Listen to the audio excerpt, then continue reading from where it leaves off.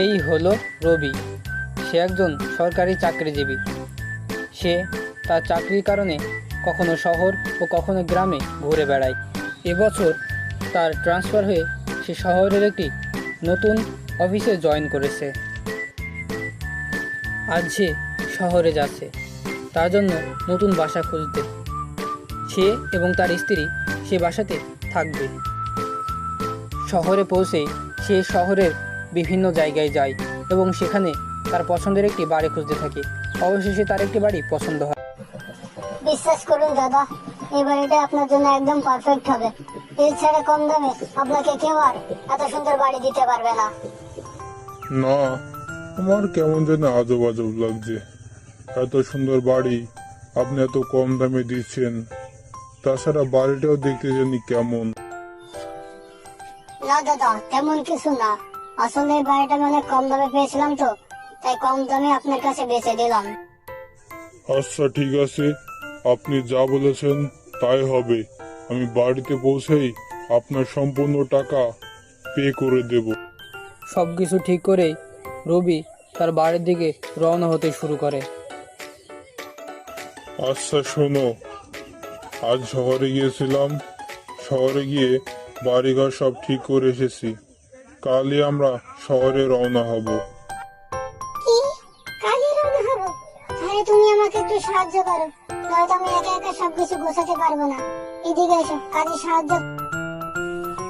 এরপর তার পরের দিনই তারা সব কিছু নিয়ে শহরের উদ্দেশ্যে রওনা হয়। বাড়িতে পৌঁছেই রবি বাড়ির চারপাশ সঠিকভাবে দেখে নেয়। দেখেছো আমাদের বাড়িটা কত সুন্দর। কম দামে আজকাল এমন সুন্দর বাড়ি পাওয়াই যায় না।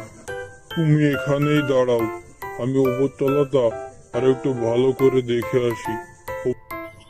বুঝলে, আমাদের বাড়িটা না আসলে অনেক সুন্দরই হয়েছে। আজকাল এত কম দামে এত সুন্দর বাড়ি কোথাও পাওয়া যায় না। এরপর বাড়ির সব কিছু গুছিয়ে খাবার দাবার শেষ করে তারা তাদের বিছানায় চলে যায় এবং আস্তে আস্তে ঘুমিয়ে পড়ে।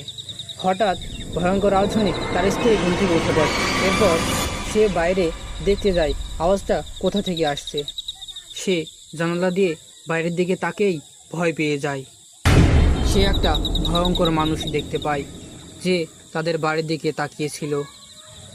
ভয় পেয়ে সে দৌড়ে তাদের রুমের দিকে যেতে থাকে। পরদিন সকাল হতেই রবিকে সে সব কিছু খুলে বলে, কিন্তু রবি তার কথা বিশ্বাস করে না। কি বলছো তুমি? তুমি হয়তো রাতের অন্ধকারে ভুলভাল কিছু দেখেছো। বিশ্বাস করুন, আমি কোনো ভুলভাল দেখিনি। নিশ্চয়ই ওখানে কেউ দাঁড়িয়ে ছিল। আমি কেন ভুলভাল দেখবো? আমার কথা তুমি বিশ্বাস করো। ঠিক আছে, আমি তোমার কথা বিশ্বাস করলাম। আজ রাতে আমি জেগে থাক। এরপর রাতে খাওয়া দাওয়া শেষে তারা দুইজনা আবার ঘুমিয়ে পড়ে। কিন্তু রাতে হঠাৎ তার একটি আওয়াজ শুনতে পায়। আওয়াজ শোনার সাথে সাথে তারা দুজনা জেগে ওঠে। এরপর রবি উঠে পড়ে ও বাইরে দেখে যায় আওয়াজটা কোথা থেকে আসছে, কে এমন আওয়াজ করছে। রবি বাইরে গিয়ে সেই ছায়ামূর্তিকে দেখতে পায় যার কথা তার স্ত্রী বলেছিল। এসব দেখে রবিও ভয় পেয়ে যায় এবং তার ঘরের দিকে যেতে থাকে। তুমি ঠিকই বলেছো, ওখানে কে যেন তাকিয়ে আছে আমাদের দিকে। মনে হচ্ছে আমাদেরকে মেরে ফেলবে। সকাল হতেই রবি তান্ত্রিক খুঁজতে বাইরে বের হয়। তান্ত্রিক বাবা, আমাকে সাহায্য করুন। আজ কিছুদিন ধরে আমি আমার বাড়ির আশপাশে একটি পেতনিকে ঘোরাফেরা করতে দেখছি। সে এক দৃষ্টিতে আমাদের দিকে তাকিয়ে থাকে। এরপর রবি সেই তান্ত্রিক বাবাকে নিয়ে তাদের বাড়ির দিকে রওনা হতে শুরু করে। বাড়িতে পৌঁছেই বাবা বলে, শোন, তোদের এই বাড়ির পেতনি এখানে অনেক দিন ধরে আছে। সে সহজ এখান থেকে যেতে চাইবে না। এই বাড়ি থেকে পেতনিকে তাড়ানোর জন্য আমাকে আজ এই বাড়িতে থাকতে হবে। এই বাড়িতে থেকে সেই পেতনির সাথে আমার কথা বলতে হবে। এরপর অনেক রাত পর্যন্ত বাবা তাদের বাড়িতে তাদের বিছানায় অপেক্ষা করতে থাকে। হঠাৎ সেই বাইরের দিকে আওয়াজ শুনতে পায় এবং বাবা সাথে সাথে বাইরের দিকে চলে যায়। বাবা বাইরে যেয়ে সে পেতনিকে বলে, তুই কে? তুই কোথা থেকে এসেছিস? আর তুই এই বাড়ির মানুষদের ভয় দেখাচ্ছিস কেন? সবকিছু সত্যি কথা বল, নয়তো তোকে আজই আমি ভস্ম করে দেব।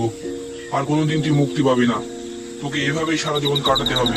যদি বাঁচতে চাস তাহলে এক্ষুনি আমাকে বল, তুই কে? এদের ভয় দেখাচ্ছিস। এরপর সেই পেতনি বাবাকে সব কিছু খুলে বলে। আমার নাম মালিনী। আমি আগে এই বাড়িতে কাজ করতাম। এই বাড়ি রান্না বাড়া থেকে কাপড় কাচা সবই আমি করতাম। একদিন খাবার রান্না একটু খারাপ হয়, তাই আমার মালিক আমার উপরে অনেক রেগে যায় এবং আমার পেটে লাথি মেরে ফেলে। এরপর আমাকে পাশের জঙ্গলে নিয়ে যায় এবং সেখানে ফেলে দিয়ে চলে আসে। কিন্তু আমার আত্মার মুক্তি হয় না, তাই আমি প্রতিশোধ নেওয়ার জন্য প্রতিদিন এই বাড়িতে আসি এবং আমার মালিককে খুঁজি।